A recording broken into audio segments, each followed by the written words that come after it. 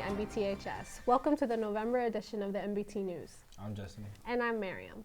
Did you know that the Sims team's just announced that they're making a Sims 5? I don't really keep up with that. I'm more of like a Grand Theft Auto guy. That makes sense. But I've loved Sims since I was a kid. It has a special place in my heart. I play 2K religiously. Let's find out about what other students think about their favorite video games.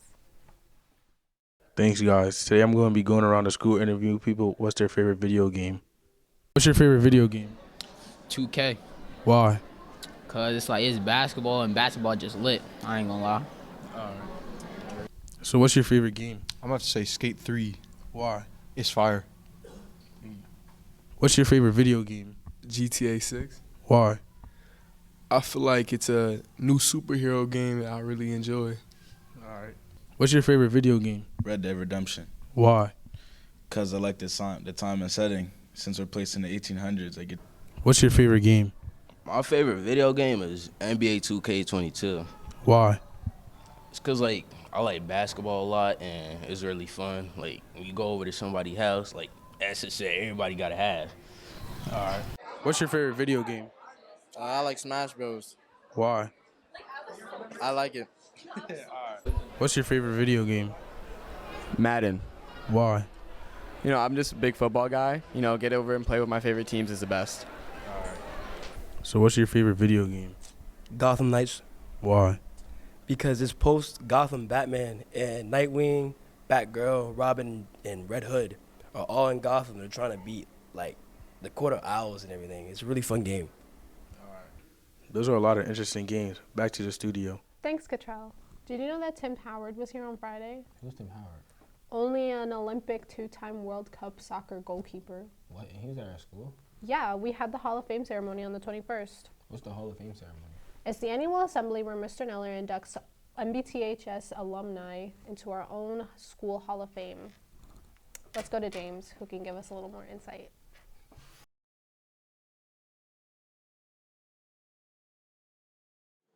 Again, part of the criteria when reviewing nominations as a committee is we look at exemplary achievements and recognition, leadership qualities, meritorious contribution to society, and outstanding citizenship.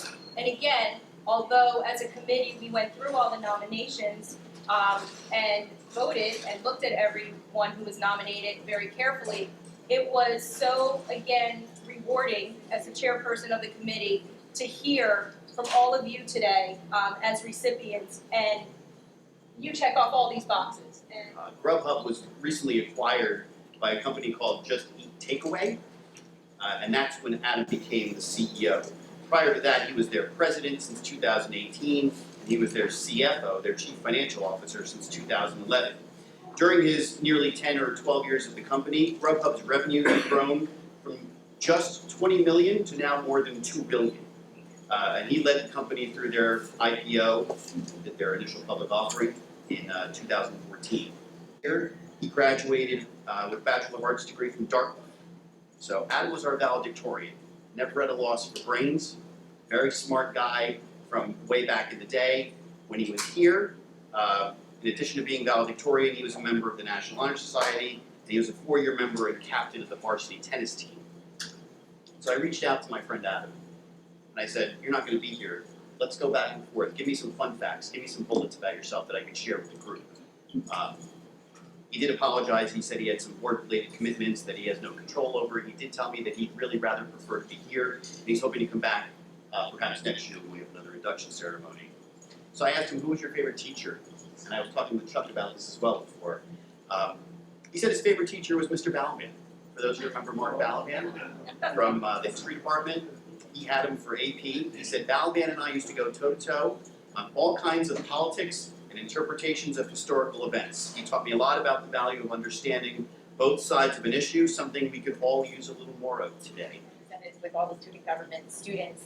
And I really hope they took what you said and listened to it, and they learned from it, and they remember it, because the guidance that you were giving them was fantastic, and I could tell them the same thing 1,000 times and she would never listen to me.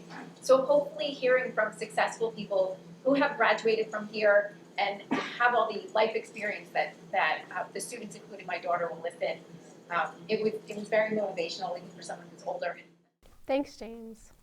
So, who are you taking to see the fall play? Fall play. What kind of first day is that? And why would I even take her to a school play? It was just a question. I feel like we don't know enough about each other. As long as I get the job done, we'll be fine. Well, while I convinced Justin to make our partnership a little more cohesive, let's go to give us more insight on the fall play. Thanks, guys. Today we're going to be interviewing people based on how the fall play is.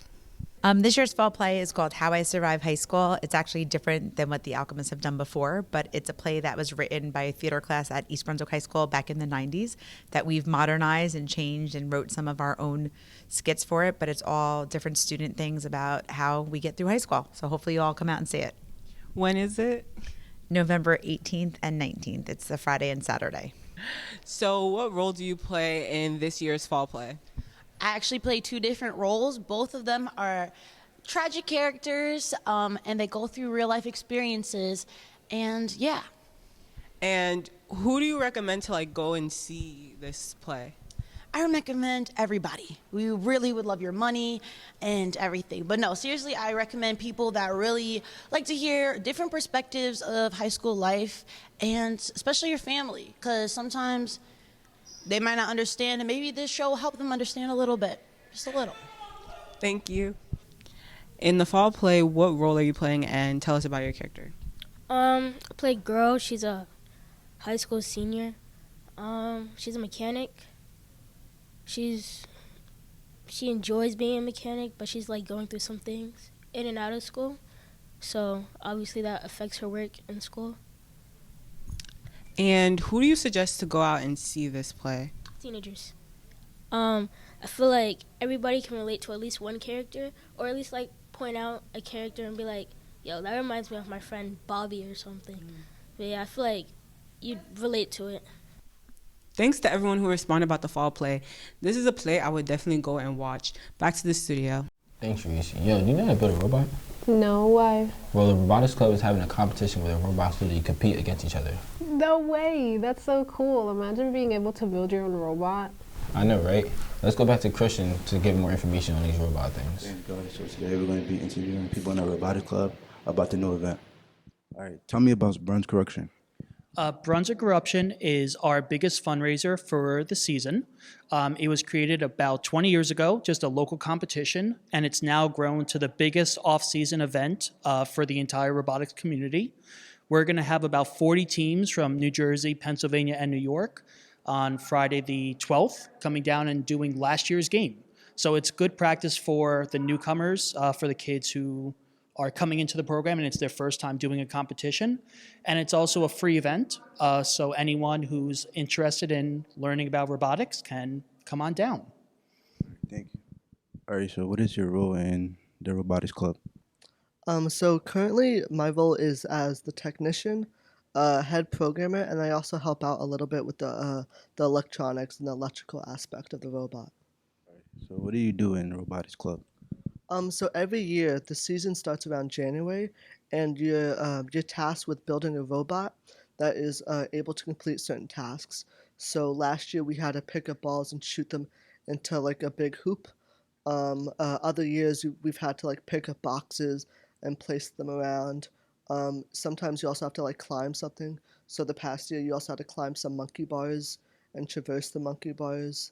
And so then you do that for the second half of the year. And the first half of the year, the season has ended.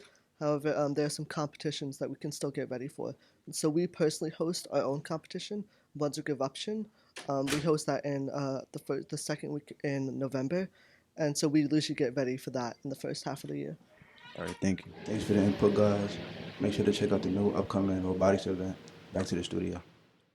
Thanks, Christian. There's a lot of new students and staff this year at NBTHS. Did you hear about the new guidance counselor, Miss Aberson? I did. A lot of people were saying that she's pretty cool. Me too. I heard the same thing. So let's go with Andrew and check her out. Thanks, guys. This month, we're going to be continuing our segment of interviewing new teachers here at NBTHS. This month is Miss Abramson, who's a guidance counselor. All right, Miss A, what do you like most about being a first-year guidance counselor? I like meeting all the students here and building relationships with them. All right, where did you go to college to become a guidance counselor? I did my undergrad at Rampo College, and I got my master's degree at Kane University. All right, what made you want to do this job and become a guidance counselor? I always like communicating with people. I like to talk a lot, as people know. So I really like to do that with the students here. All right, and lastly, what's one piece of advice you give to the students here at NBTHS?